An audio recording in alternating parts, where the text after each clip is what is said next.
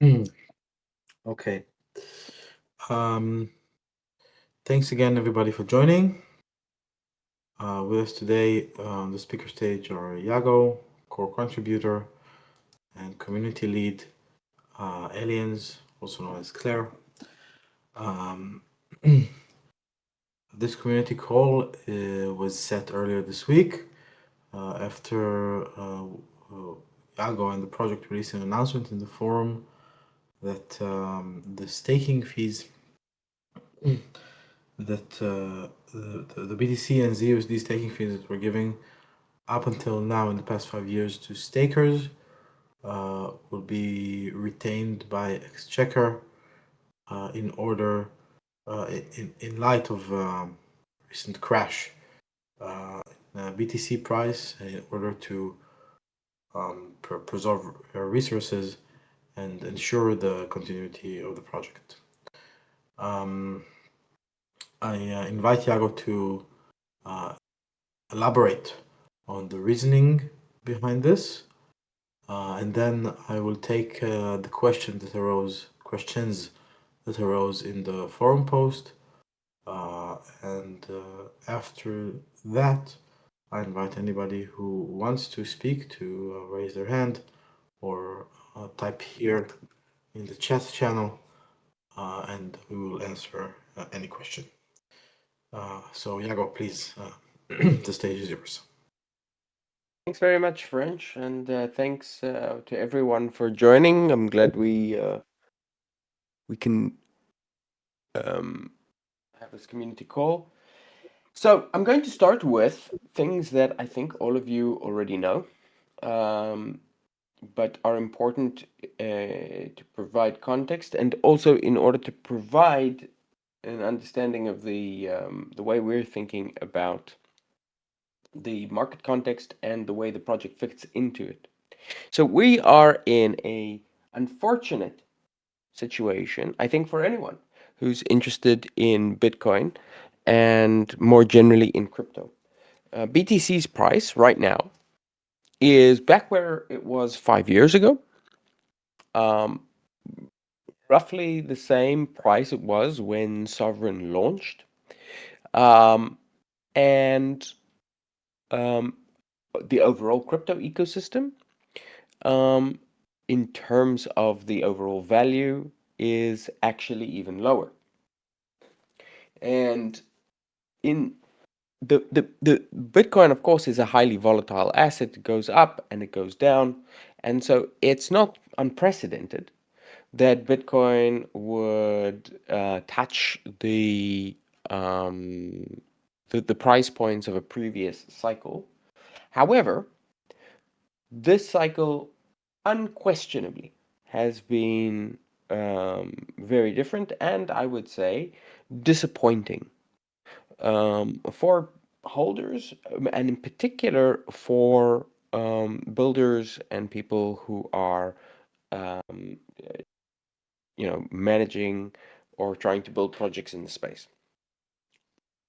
And the reason for that is that in addition to the downside volatility that we've currently experienced and sort of the Groundhog Day in terms of pricing that we currently have, um, what we had was an extremely anemic bull market, um, and um, it was a bull market where there was an increase in prices far below what was being anticipated, but that increase in prices was not well reflected in an increase in overall activity, and in particular, um, in the availability of funding in the space. So, why is this context so important? Because for many years, basically since the beginning of the project, we've been talking about, and I've been talking about in particular, the importance of managing projects on the basis of an understanding that Bitcoin does have a cycle, and that there is, and I've frequently described it in the following way, that there is a season of sowing, right, where you sow the seeds for the opportunities, and then there's a harvest season where you harvest that. And what we really meant by that from a practical basis is that during bear markets, we needed to be conservative, we needed to conserve funds, and we also needed to build out and ship new products, new features, new technologies. And the biggest focus that we've had over the course of the last few years has been building out Boss, um, spinning Boss out and utilizing that to build Sovryn layer. And then the second big component of that was the expectation and the plan to utilize the harvest period, right? What you could call the bull market, to harvest two things in particular.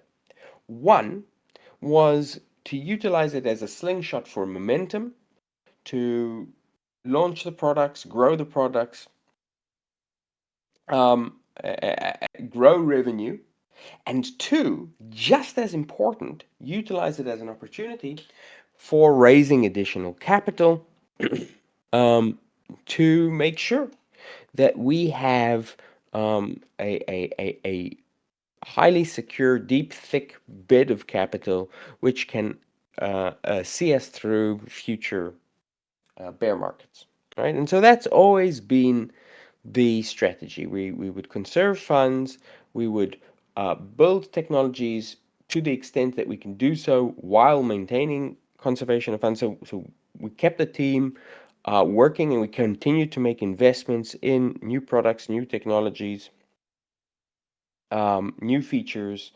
And over the years, we've launched many things: the improved front ends, additional products, um, launched on Bob, Boss, Sovereign Layer, etc. So there's been a very significant amount of development work that's been done. And then the goal was to find the correct timing, in other words, to time things so that we would be able to significantly escalate uh, revenue and spend, uh, team size, and development in the bull market, and utilize that as an opportunity to refresh the project's capital. So, with that in mind, um, the fact that the harvest season for the last harvest was very poor, not just for us, but for everyone, has made that much more difficult. And we recognized, probably earlier than most, that um, we might be seeing a repeat of the 4-year cycle. We might see peak pricing and peak activity at the end of last year, and we might return to a broader market apathy for a period of time. And so, at the end of last year, we reduced capital expenditures, and we began to protect the capital with a view to managing the project's runway. And over the years, we've managed, I think, the project's runway extremely well. We've always been able to announce time and time again, as we've provided annual financial reports, that we maintain a healthy position with at least 18 months of runway, even with the additional investments that we were making. Um, but we also recognized, and I discussed this with you guys at the end of last year, that even as we were making these changes, we recognized that potentially, we thought it was an unlikely scenario, but that potentially the market could deteriorate quite rapidly and quite significantly, and we would see that as a potential confirmation of another 4-year cycle, but this time with a much weaker bull market, which would be the weakest potential position for us from a treasury management perspective, but we had to consider that as a possibility. Then over the last 6 weeks, we've seen a significant additional deterioration of a 35% decrease in BTC prices, substantially more across many crypto assets. Not so much SOV, but SOV is not, is not completely inured from this.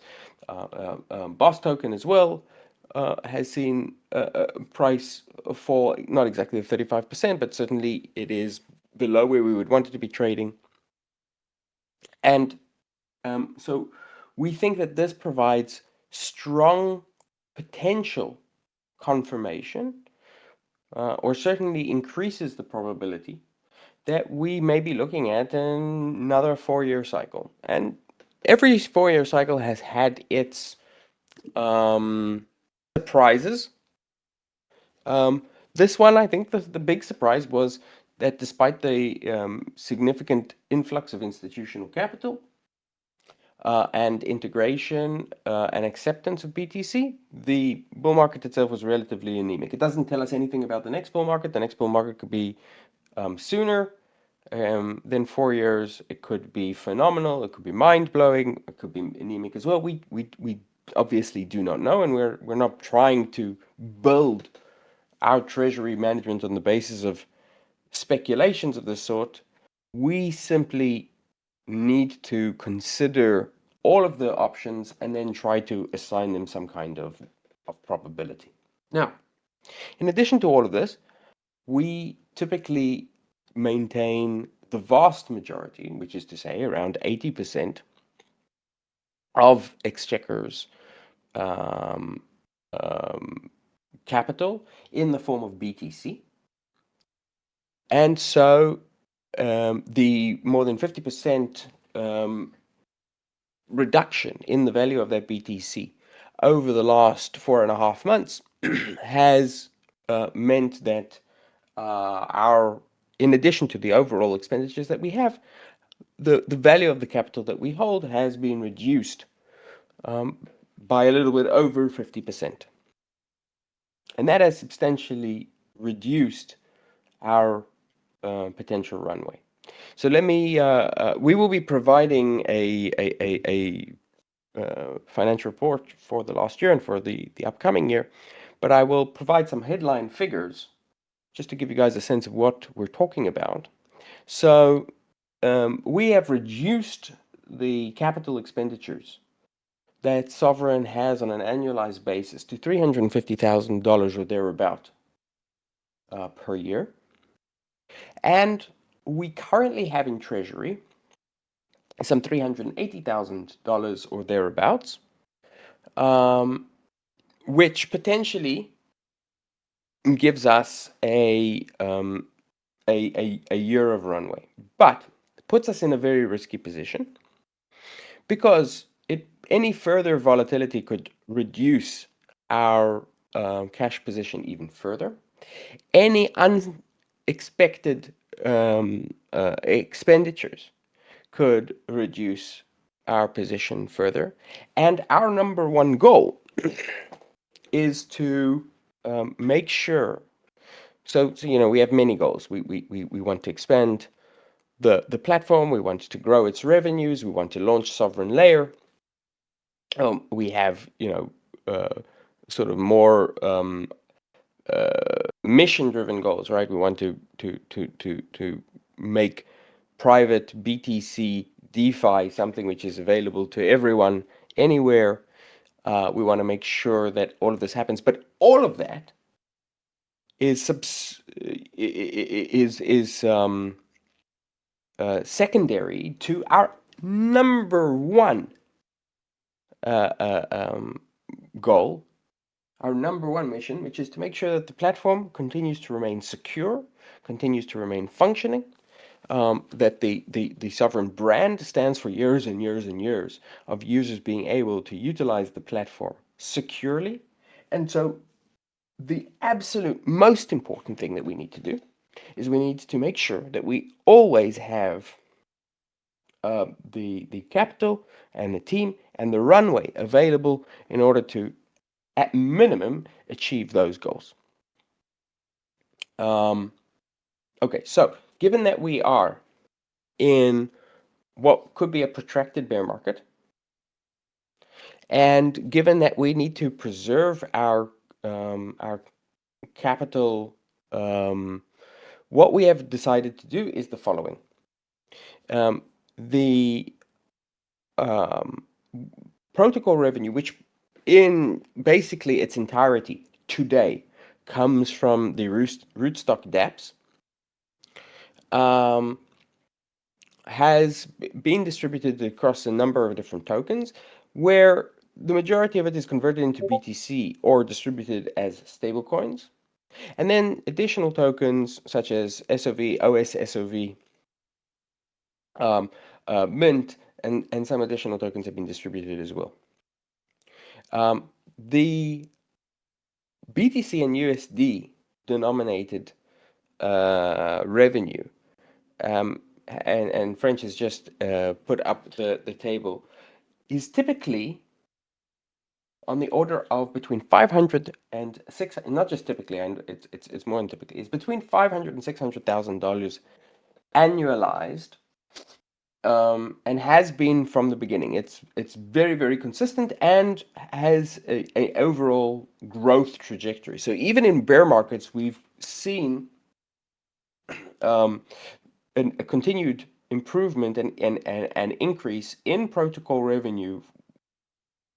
Those revenues which are earned by the protocol in BTC and the USD stablecoins. And that represents about 2/3 of the overall revenue which is distributed to stakers. So overall revenue distributed to stakers on an annualized basis is about 750,000, of which between 500 and 600,000 is distributed in the form of USD and BTC. But you can see also, looking at this, that there is a high degree of volatility month to month in terms of the actual revenues. So it's not like every single month is creating 1/12 of that year's revenue. Some of the months have outsized importance, and some of the months are much weaker. And I'll explain why that is important in a moment. What we have decided with the most recent decision is to do the following. In order to be able to always achieve our number one goal, which is the safety, security, and continuity of Sovryn and the Sovryn applications, and to be able to maintain secure the funds that are in the protocol for the users, we are going to be pausing on a temporary basis the distribution of the USD and BTC revenues and redirecting them to replenish the exchequer. And the goal here is to make sure that we achieve two things. One, that our expenditure, our monthly expenditure, is paid for by revenues from the protocol. And two, that we have 18 months of cushion or 18 months of runway, even if revenues were to stop entirely. That would place us in the enviable position of being able to maintain the security of and the functioning of the platform forever. In other words, indefinitely into the future. And even in a worst case scenario where, for whatever reason, revenues went to zero, continue to be able to provide safety and security for the platform and the funds it holds for at least 18 months. And so, with this decision, what we're doing is we're redirecting funds to replenish the exchequer at current run rates that will take, we anticipate, between 6 and 9 months, at which point we'll be able to begin to increase the amount of revenues of this kind which are redirected to stakers. And throughout this period of time, users will be able to know that their funds are secure, that the system is functioning, the system is not going anywhere, and indeed that the system has achieved and will and already can today achieve the ability to operate indefinitely. And why do I say already today? Because we've already reduced annualized expenditures to about $350,000 annualized, and we already have revenues of around $600,000 annualized, between $500,000 and $600,000 annualized, and so already um, we are able to cover costs, able to be profitable, and in this way able to continue to operate and function indefinitely. What we do not have is the cushion, and this is where the amount of cushion that we would want, which is 18 months. And the reason that this cushion is so important is exactly the volatility that we see here from month to month, because while the average month can pay for the average month's expenditures, these do not necessarily match up. In other words, you can have months with significantly high expenditures and very low revenues, and vice versa. And so we need to have the cushion, because cash flow is one thing, but um, moment to moment cash position or solvency is a separate thing, and we need to think about both of those. Um, where this leaves us is that we are going to be making certain sacrifices. We're going to be having significantly less sort of customer service available. We're going to have much slower ability to deal with low priority bugs. What is a low priority bug? Um, um, these could be display error bugs, or user convenience bugs. But we will continue to be able to deal with any issue in a rapid way, with which potentially places user funds at risk. And so we'll need to prioritize those things, and sort of the quick turnaround where we can usually deal with any user issue. Up until now, we've been able to deal with pretty much any user issue within 48 hours and typically 24 hours. That's going to slow down, and we will keep or look to keep that type of timing for those critical issues where there's a potential for a user to lose funds. Um, it also means that's one thing that we'll experience, and then in terms of the forum, we've already had a significant reduction, and expect to have a further reduction in community support, and so the community is going to need to support itself. And to the extent that people have questions or encounter problems, um, like a true open source project, they will mostly need to talk to other users who can help guide them through this, more experienced users. In terms of Boss and the Sovryn layer, both of these will continue to move forward. Their roadmaps remain mostly unchanged in the near term. We expect to have the first roll-up testnet for Boss at the end of this month, which is to say in 2 weeks or less.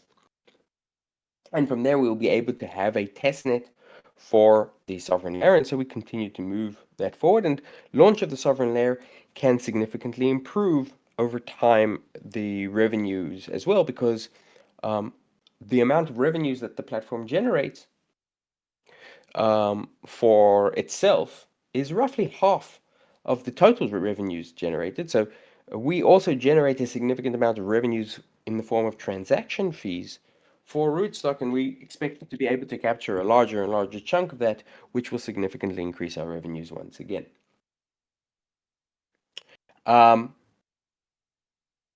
Overall,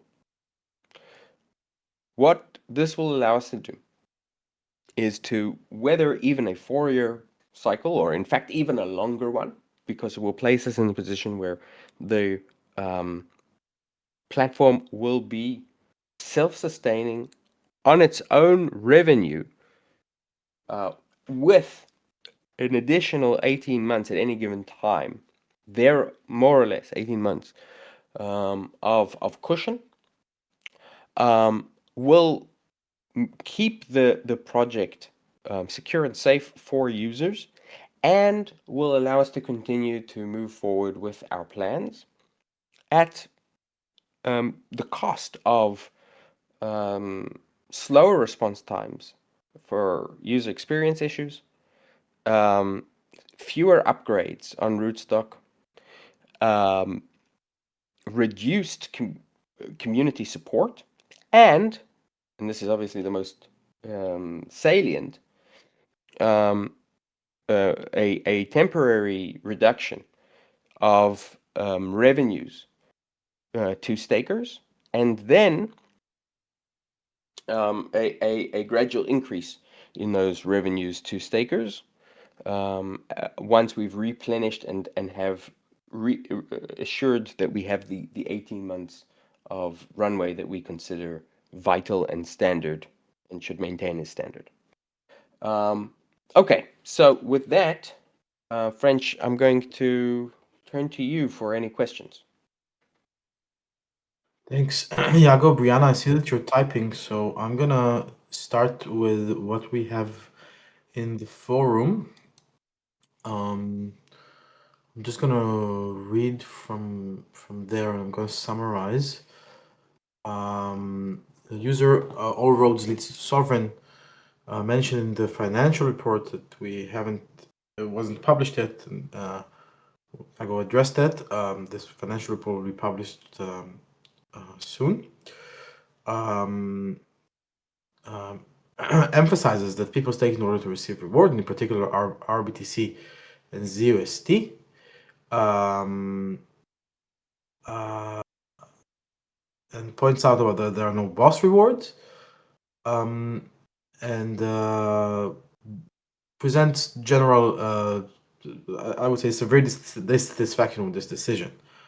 And then Rosie Sovereign asks, said that the only fair way to proceed is to lift the 30% penalty for unstaking to let the investors decide. Yeah, I'll take some of that, if that's okay. All roads lead to Sovereign. If you're listening to this now or later, I certainly agree with you that people stake to receive rewards, at least partially, and also to participate in the governance of Sovereign. But to that effect, yes, you are correct. The reason they some of the reasons for which they staked is no longer there. But I personally don't think that lifting the 30% penalty is the right thing to do. And this is because of protocol safety. If the community votes to allow to remove the penalty, we might see mass unstaking and then a mass sell-off, which will cause a significant reduction in the SOV price. If that will happen, it will present an opportunity for an attacker to buy a lot of SOV, stake it, and in effect take control over the bitocracy. Now, the way Sovereign is built, to make changes in any smart contract which holds user funds, like Zero, like the AMMs, the lending pools, you would have to pass, technically, would have to pass through a bitocracy vote. So, obviously, if an attacker controls the vote, they controls the 500 plus Bitcoin which are currently locked into Sovereign. So I won't support lifting of the penalty because of this reason. Iago, do you have anything to add in this on this subject? Yes, thank you. So putting aside the question of whether or not the penalty should be lifted or not, doing so would require a SIP. It would be a very significant SIP because it would be a change to bitocracy. Changes to bitocracy need to be managed very, very carefully because that is, as I've described, I've frequently called it the holy of holies. If a bug is introduced into the holy of holies, all user funds are at risk. And so any such SIP, if it has not been audited and correctly reviewed by multiple code reviewers, should be rejected out of hand. And in fact, I would go so far as to say it should be automatically rejected. So putting aside whether or not we should do it, and for many of the reasons the French mentioned, I don't think that it is a wise idea, and I also don't think it is a necessary idea. The point of staking has always been that you're taking on a long-term view around Sovryn. This is a temporary measure, and moreover, you're compensated in the form of OSOV and SOV on an ongoing basis. So I likely would be opposed to this, but regardless, it is a particularly delicate type of SIP which would be required, and we would need to make sure that it is absolutely bulletproof. With that, I think there are a number of SIPs that we're going to want to put forward. This might be among them. But bear in mind that one of the costs that we're going to pay for reducing our expenditure, reducing the size of the team available, is that code reviews around SIPs are going to take longer because we simply have fewer resources to throw at multiple different things, and we're going to have to sequence things more carefully. So, um, from a practical point of view, such a SIP is should be recognized as a particularly risky kind of SIP, should be reviewed carefully, and that review can and will take time. Thanks. All roads regarding the boss rewards. You said there were no boss rewards to be paid out. Never were. There are boss rewards. Probably it wasn't clear from the wording of the original message. We refer here to the 10% of the total boss allocation guaranteed to sovereign stakers, which will start vesting in October of this year. 666 Sovs says that the exchequer should sell some of the SOV it has in its treasury. Yago, do you want to comment on that? Yes, so here too, important to note that the exchequer has very little SOV available. Most of the SOV is locked in things like the adoption fund. I would support a SIP to transfer, but when we originally set up Sovereign, we made a mistake, and we've discussed this mistake in the past. It was supposed to be the case that funds unlock automatically, SOV funds unlock automatically to the exchequer. But the way we actually constructed it was that the funds unlocked and became available for transfer to exchequer, but did not actually transfer, and a SIP was required every single time for the transfer of SOV to exchequer. This has, while that was not the original intent, this has become sort of the status quo and is what I think most users and stakers today sort of expect as the normal functioning. And so to make a change there, we would require a SIP, and in any event, for any kind of SOV transfer to exchequer, which I would encourage, we would need to have a SIP, and this is one of the, so there's a SIP that I've proposed for launching the sovereign layer. This SIP is becoming more important. There were quite a lot of there was a lot of discussion around it. It took me a while to provide my responses, in part because I was dealing with um, the issues related to budgeting and team management and planning and making sure that we had everything locked down there. Um, and and that will be a series of SIPs, which will be required. Transfer of SOV to Exchequer is a second set of SIPs, which will be required. And there, in terms of strategy, my preferred strategy would be that we would, to the extent that we generate additional liquidity for Exchequer, it would be not so much through direct sales, although there is place to consider some degree of direct sales, but potentially also borrowing on the basis of the revenues so that we can perhaps bring forward uh, um, the point where we feel comfortable uh, with 18 months and then sort of pay off those loans utilizing uh, um, the revenues being transferred and earned by Exchequer. So I think there are a number of options here, um, and I think we will want to have a SIP second in importance in my mind around. So I think the transfer of SOV to Exchequer is second in importance after the sovereign layer SIP, which I think we will want to move on quite soon. Thanks, Brianna. I see that you're typing. You're the next one in the forum, but I'm gonna wait until you're done typing because uh, probably it's more concentrated that way.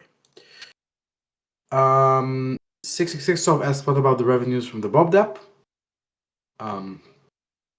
There are no revenues from the Bob Dap because there's barely any activity on the DApp itself. 3GN12 asks for a more concrete time frame than temporary. We addressed that. We will look to get at least 18 months of runway into the Exchequer prior to releasing the Just to funds. clarify, it's not an additional 18 months. It's expanding and extending what we currently have with additional, by basically replenishing capital to the point that it's 18 months, where right now it's about 12 months. Yeah. I'd also like to point out that you guys can see. Can you guys see the mouse? What I'm doing with my mouse cursor? Maybe not. Okay. Right on the right hand side of this chart, there is October 2025. If you guys recall, this is where a serious chart happened, and indeed we start to see a more depressed revenues starting from November 2025 and until today.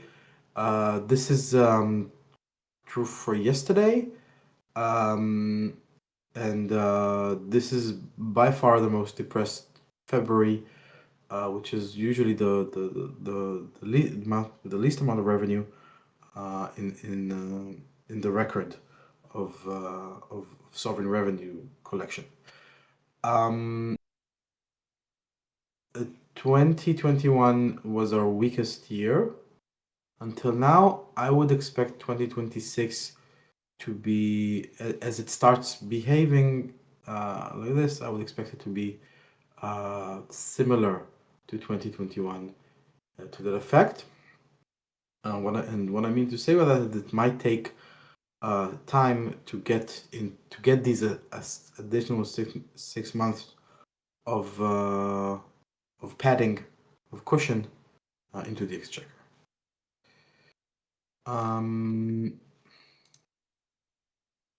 Time chain man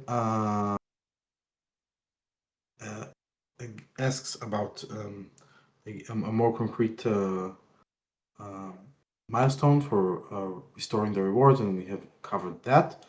Um, Brianna, you have stopped typing, so I don't know if you wanna say anything other than what you said in the forum. Um, but in the forum, you mentioned that uh, essentially this 50% downtrend in Bitcoin represents is a sign of the bottom. And you also say that it's quite upsetting that on a whim rewards can be diverted to the treasury that stakers have don't have oversight for. I hope the elaborations and explanations in this conversation were satisfactory, and if they are not, we're certainly open to doing more of those. Um, I will share another chart that we have. Give me a Essentially, second. I'd like to, in the meantime, to respond to Brianna and to Rafid. So Rafid's written, are people in the exchequer receiving compensation for their role?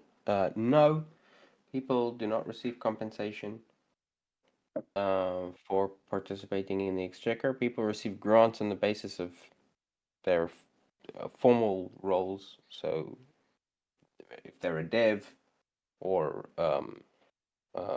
providing operation support, um, but not for participation in exchequer. Brianna um, says the 4-year cycle is just an idea, um, and obviously that's true. I mean, we don't. The goal here is not to predict what the market will do, but rather to predict what it could do. And so then on that basis, she asks, can we elaborate on why the project no longer has the funds to operate from Treasury?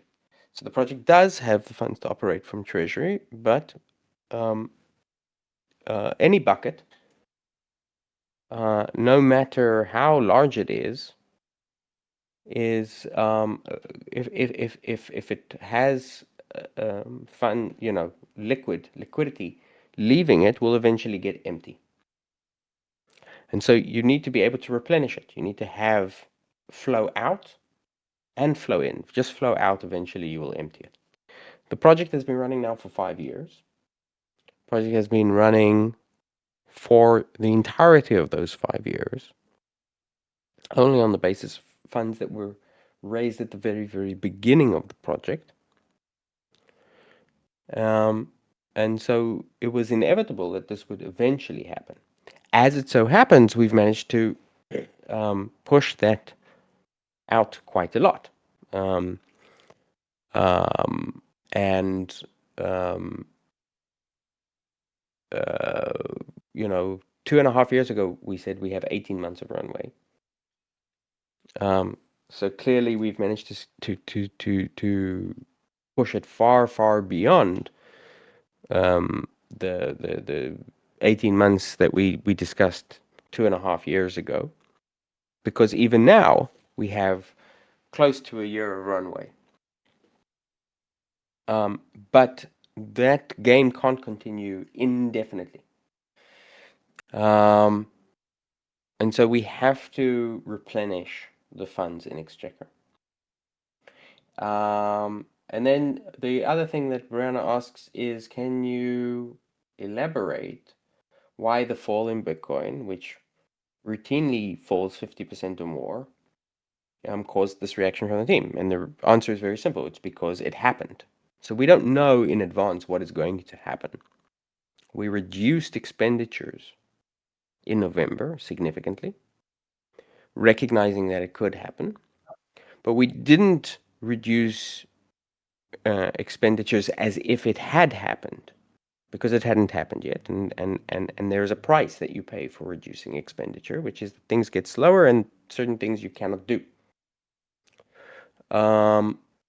Now that it has happened, we're taking action again. So we positioned ourselves well for the possibility, and now that the possibility has become a reality, we are repositioning ourselves with a much easier task than if we had waited until the thing actually happens, and we'll continue to do that. So Perhaps the final part of that question is, um, why do we hold our funds in BTC given that many of our expenditures are dollar denominated? And the answer is twofold. One is that as a BTC project, we think it is right that we should hold the majority of funds in BTC. It should be noted that any other asset introduces other kinds of risks, right? If we hold the funds in Tether, any issue which emerges with Tether can be an issue which destroys the project. The reason we all hold BTC individually is because it is the one asset that we can actually hold without any counterparty risk, and so the project does the same. But of course, that also means that we need to manage volatility, and the way that we manage that volatility is by having significant cushion and by being able to tap revenue if and when it is necessary, as it is now. And then finally, because we've held funds, part of the reason we've managed to extend our runway is by being conservative. But another way in which we've managed to extend runway is by taking advantage of the fact that by and large, and particularly over the course of 2024 and 2025, the price of BTC did appreciate. And so by holding funds in BTC, the project provides itself the opportunity to benefit from the appreciation of BTC in the future and expand runway in that way as well.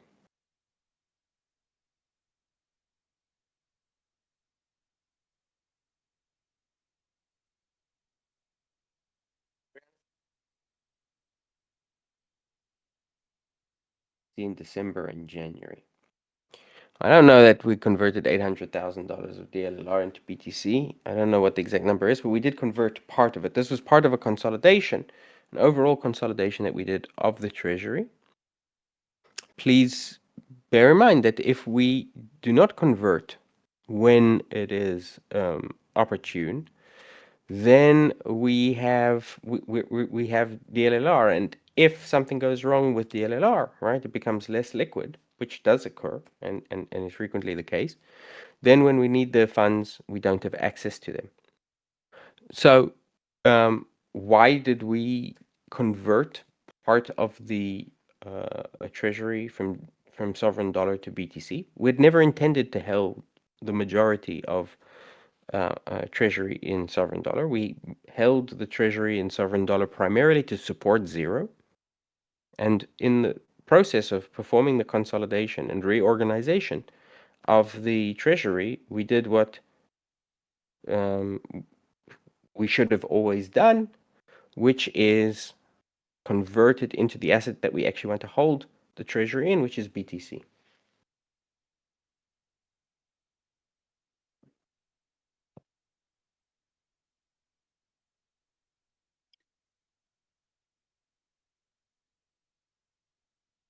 Um, Iago Brianna also asks about putting the treasury in control of the bitocracy with a biannual or annual uh, budget proposal. Sorry, can you repeat that? I didn't understand the question. Brianna also states that the treasury should be controlled by the bitocracy with the annual budget proposal for, I guess, for operations. When we set up Exchequer, we set it up as a via SIP, as a entity which could manage treasury operations on behalf of the project. The reason we did this is because there is significant overhead and a great deal of detailed work that needs to occur. We have never, since we've done that, I don't think there's been a single instance of a expectation or a demand that it should be controlled directly by bitocracy, which I don't think would be practicable. But more importantly, I think what Exchequer has proven is that it has managed the funds that it had at hand very, very, very well. So we've managed to continue the project, maintain the safety, security of the project, and continue the efforts to expand what Sovryn is doing throughout this period, through very, very difficult bear markets, and without effectively the realization of a substantial bull market, and without any additional new funds going into Exchequer. So I think Exchequer has done a phenomenal job, performed exactly as planned, and is the best way for the project to continue to manage the funds. Now, what we have failed at is providing the degree of reporting that we would want. We have usually, on an annual basis, provided forward-looking budgeting, but we haven't done that now for over a year. And this is in part because of the amount of stuff that needs to be done and the complexity of the treasury itself, with funds in many, many different assets being utilized, and expenditures and the tracking and the consolidation requirements being very, very significant. And we don't want to spend a lot on a sort of, a CFO type role. And so it basically falls to us in the Exchequer on a part-time basis to manage that. This is suboptimal, and it is a point of valid irritation. And we're trying to improve it, trying to automate this process more, and we have automated it more over time. But it is an extremely complex task, um, and we've fallen behind on it.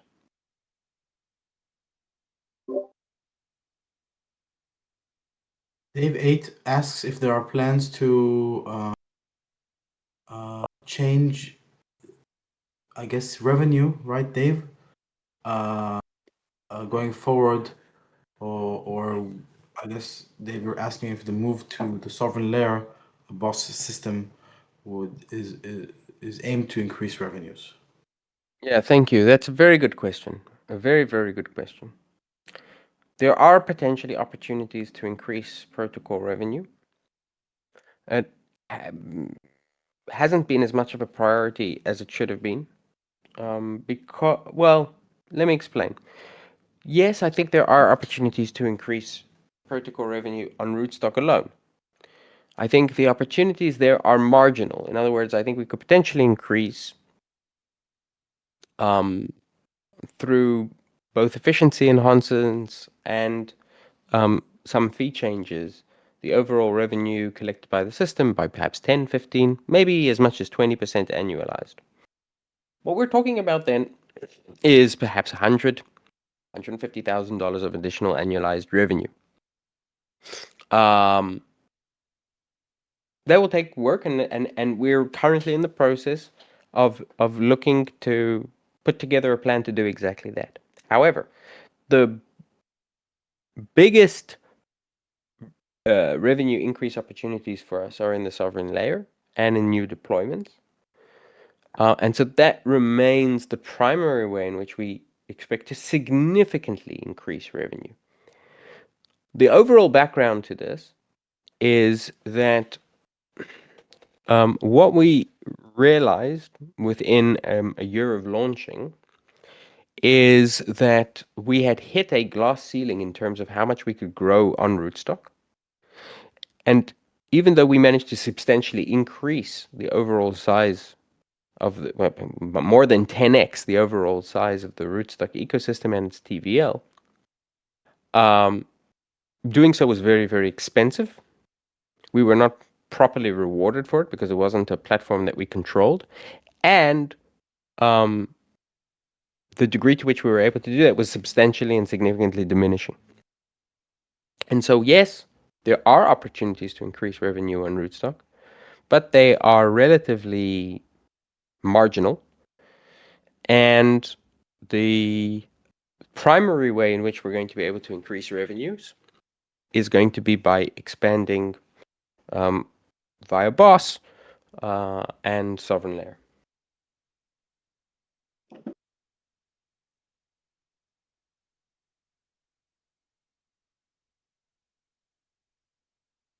Everyone asks if there are intentions to make changes to liquidity provision rewards either in short or long term. Everyone, I assume what you're referring to is will stakers go back to getting rewards from Rootstock? And we've covered that, yes, once we get 18 months of runway in the exchequer. If you're wrong, please ask again. I will go to the AMA channel where there are a few questions. I'll take it from the bottom. Bitocrat asks after the forum post was posted, how much salary do Yago and Sovereign leaders get paid? Will they take a cut to salary to save money? So I haven't been taking and do not take a salary or receive a grant from Sovryn. Others do. We are not asking them. So we've significantly reduced the size of the team, but we are not asking team members to reduce their salaries. And we think it would be irresponsible and unfair to do that. And the reason is that we want to be able to keep the people who have the understanding of the system on board. We don't want to put them in a difficult position where, they're effectively being asked to volunteer or subsidize the protocol by taking a lower salary. They have families, they have their own expenditures, and they're important human capital that we should keep on board. And so no, that's not a reasonable way for us to eke out savings. As it is, they take part of their compensation in SFV anyway. Everyone has been doing that, and we do not pay exorbitant compensation. Our compensation's extremely conservative as well. We've always been very, very conservative with expenditures, and have simply attempted to retain the best people by finding them and keeping them interested and excited about the project. Okay. We have 1 more minute scheduled for this. There are a lot of questions in the AMA channels regarding Boss and the lair. I'm gonna scroll up to find more exchequer related stuff.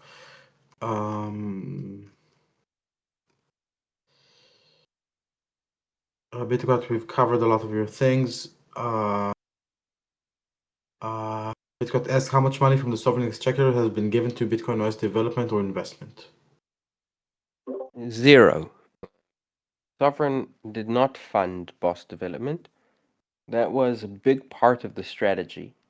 And things would have been easier if we had more capital. We could have directly funded that development. But part of the reason that Boss was spun out, and this was a matter of significant debate over many, many months within the community, was because we expected that there would be a much more significant bull market and a new opportunity to raise capital. And to do so with a new project with its own token would be much easier than to do it from within Sovryn. And certainly we didn't have the capital available within Sovryn to fund Boss. So Sovryn has not spent capital on Boss. What we have done is we've supported Boss, and we've provided support which has taken up time for people. So in the early days, the setup of the initial website, some of the initial sort of social media presence was supported by the Sovryn team. Today, that is no longer the case, and all of that is done independently by Boss. But there have been no cash transfers and no significant capital investment, even in terms of resources. So indirect capital investment in Boss. Everyone clarifies. Everyone, sorry, I got it wrong. He's asking if it will be better proportions, better fees paid for people who are providing liquidity in the AMM pools. Um, I Yes, there are thoughts about increasing the fees, which will be helpful to increasing the revenues of Sovereign in general. This is an ongoing plan, which will be presented, of course, in a SIP, obviously, since it's a smart contract change. I'm gonna go back to the AMA channel. I'm sorry, guys. I'm doing this from my phone. Bitcoin, will the stock be capped at 100 million tokens forever? Yago talked about the emissions in the SEC that will increase supply. It is If there's my view. Yeah, so at the moment, SOV is capped at 100 million. Until a SIP changes that, it will remain that way. If and when a SIP is introduced to change that. However, I have argued and continue to argue that it would be preferable for stakers and for the project that the majority of rewards received by SOV stakers would be received in the form of SOV, and we would introduce a buy and burn mechanism so that you stake SOV, you earn SOV, and then that SOV can be sold for the revenues or just ambiently enjoys the ongoing reduction in SOV as the buy and burn from revenue continues. This is predicated on the idea that we have a sovereign layer. The sovereign layer is generating revenues, and those revenues are utilized for the buy and burn.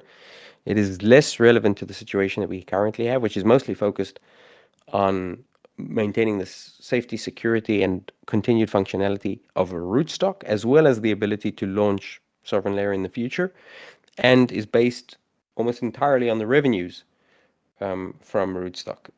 So yes, I would be in favor of removing the hard cap, making it a soft cap, which was maintained by a buy and burn, which would allow us indefinitely into the future to provide SOV rewards. But that is a sovereign layer issue and has nothing to do with what we're discussing here. Yeah.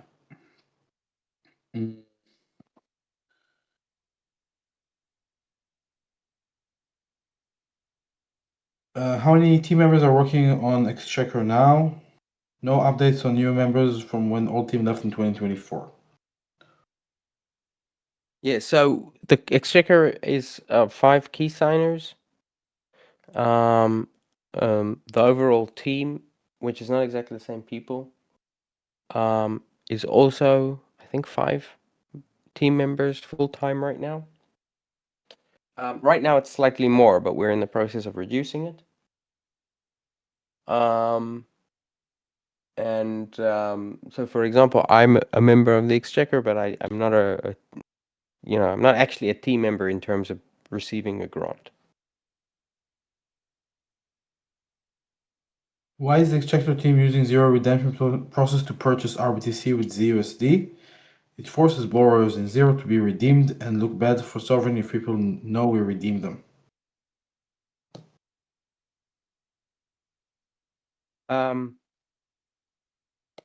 I can't respond directly to that because I wasn't involved in that process. The decision was to consolidate the funds that we have in the Exchequer back to being primarily BTC. My understanding was that the majority of this, to the extent that it was sovereign dollars, or DLLR, which was being converted to BTC, was primarily done via the AMM and via Babelfish. not via redemptions. I might be wrong in the actual way in which it was executed, but part of the reason that we got to $800,000 in sovereign dollars was because there was a a general desire not to redeem sovereign dollars, a general desire more generally not to reduce sovereign dollar liquidity, uh, in order not to either directly or indirectly adversely affect borrowers on zero. But again, um, while that was probably maintained for several years, um, um, it could not. It was never the intention to indefinitely hold close to $1 million or whatever the specific number was of sovereign dollar.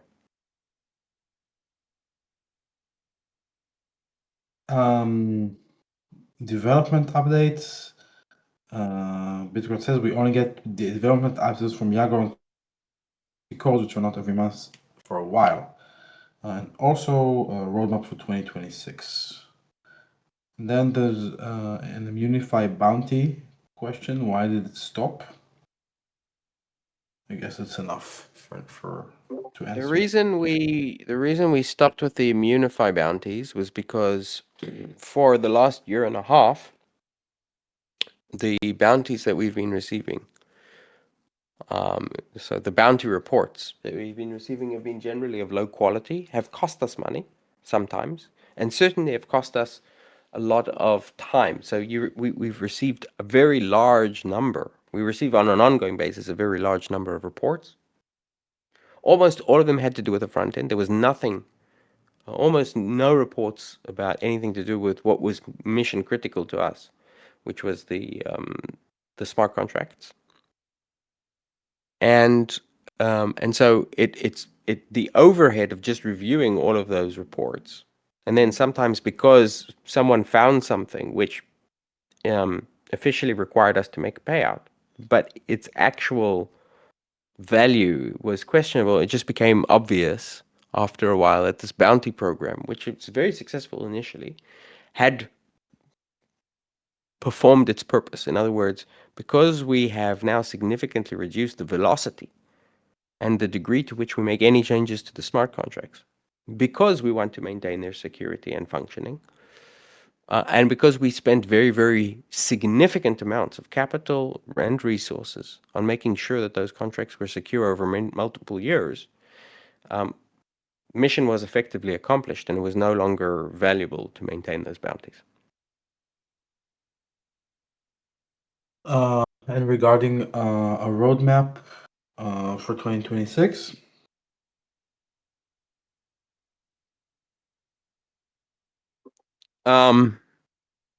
Yes, I don't think I can promise a roadmap for 2026 over the next month. And the reason is, over the next month, we have a number of priorities. We want to have a shorter term roadmap around the launch of the sovereign layer.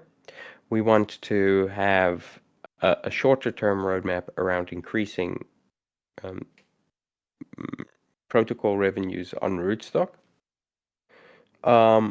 And that's going to be the primary piece of work that we're going to be doing.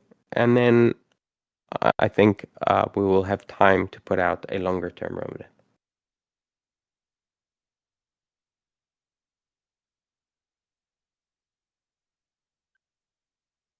Um,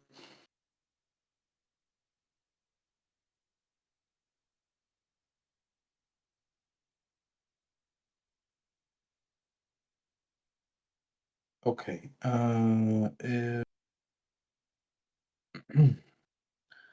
Any work on the Zero protocol happening right now, or will the team wait for Sovereign Layer to launch a new version? Yes, in the light of Liquidity V2, which is a variable interest protocol. We Okay, will. so I think let's I'm gonna bring this to a close if you don't mind, French, because I wanna focus on what I see as the highest priority issues here. So with regards to Liquidity V2, yes, we've been looking at it. We would potentially consider some kind of upgrade to zero uh, but it is right now going to be of a secondary priority after all of the other things that I've just discussed. Um, where right now, again, our three priorities are safety, security. Priority number one, priority number two is revenue, and priority number three is sovereign layer. Um, Scotty G has asked whether or not we expect to be streamlining the team any further. The answer is no. We have basically streamlined the team. We basically streamlined the team to what we consider the absolute minimum in order to continue the functioning of the project and the DApp, and um, also places us in a position where the cost of our monthly expenditures is below our monthly revenue. And so the goal is to be able to maintain or actually grow from here the team over time, as the opportunities present themselves. But there'll be no further streamlining. And the project can and should be able to operate now indefinitely, in other words, forever into the future. And so, what I would like to, I'd like to summarize and say, look, we should really have done this a long time ago. It should have always been the case, and I think we've discussed it vaguely many times, that some of the revenue from the protocol should be going to the exchequer.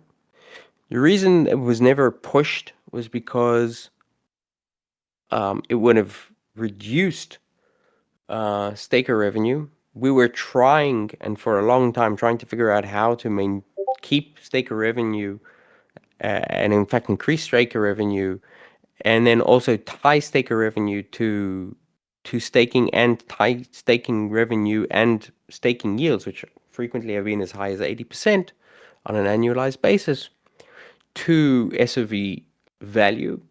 We have, I would say, basically failed at that.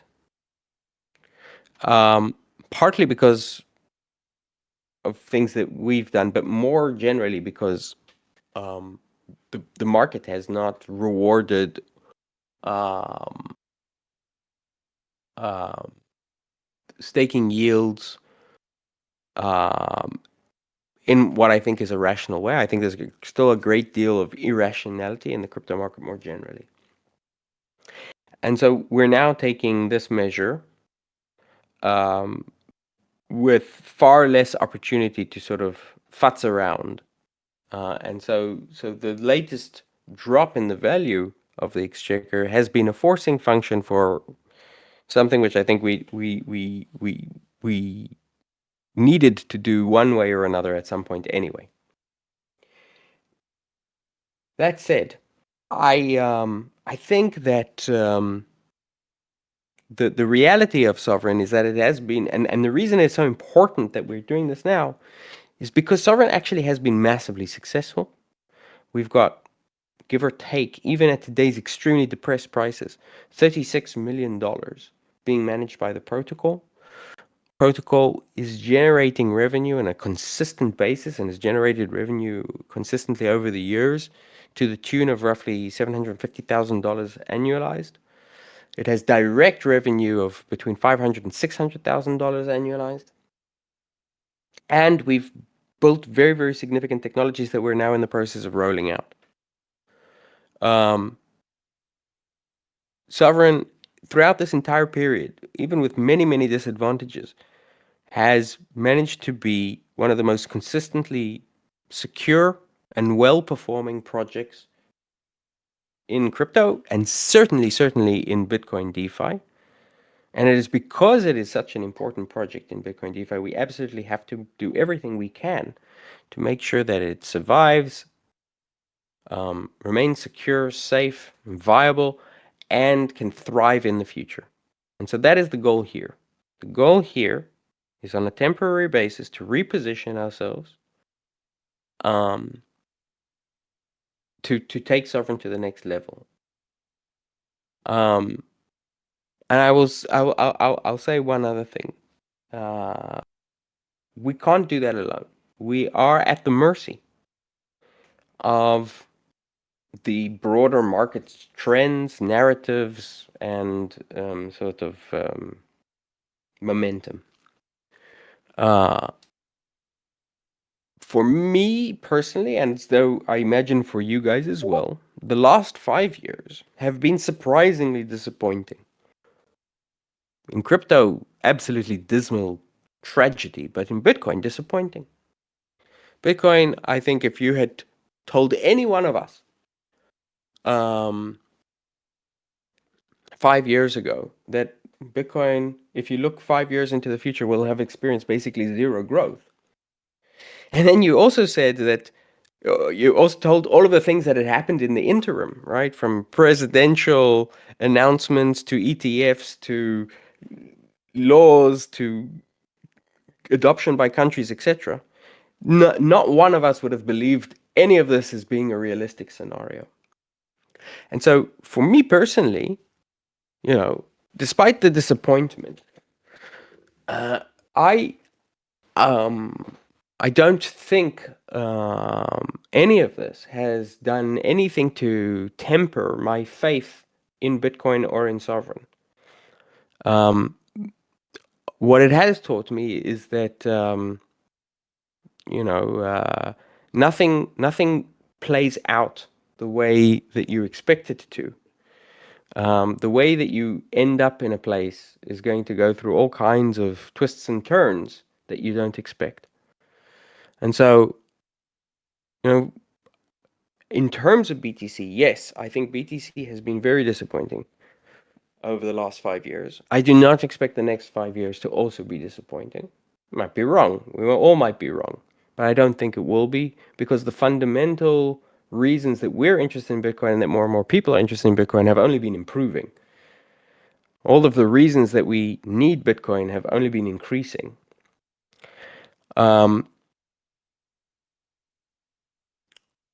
but I do think that for us to take advantage of that and to see Sovereign massively grow, we will need to stay the course. We will need to um, make the types of difficult decisions that we're making here.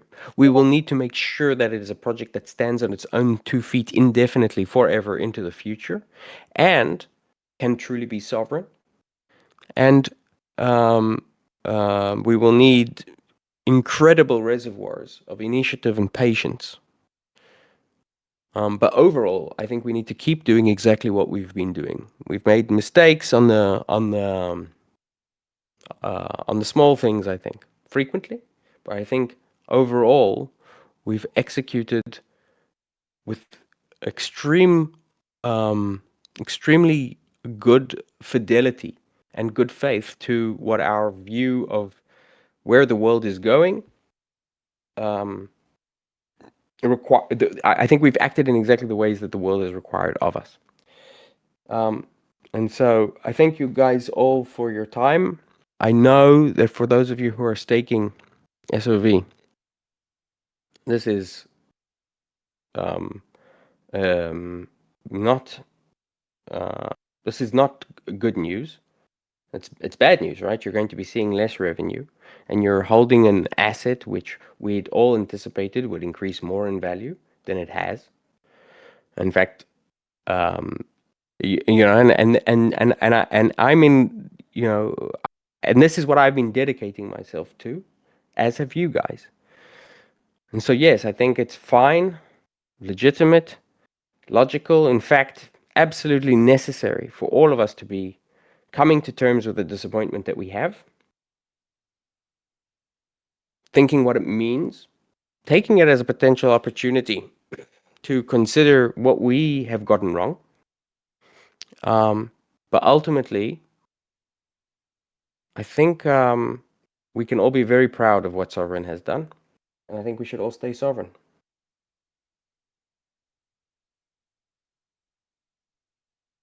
Thank you, Iago. Thanks everybody for attending and staying out throughout this call.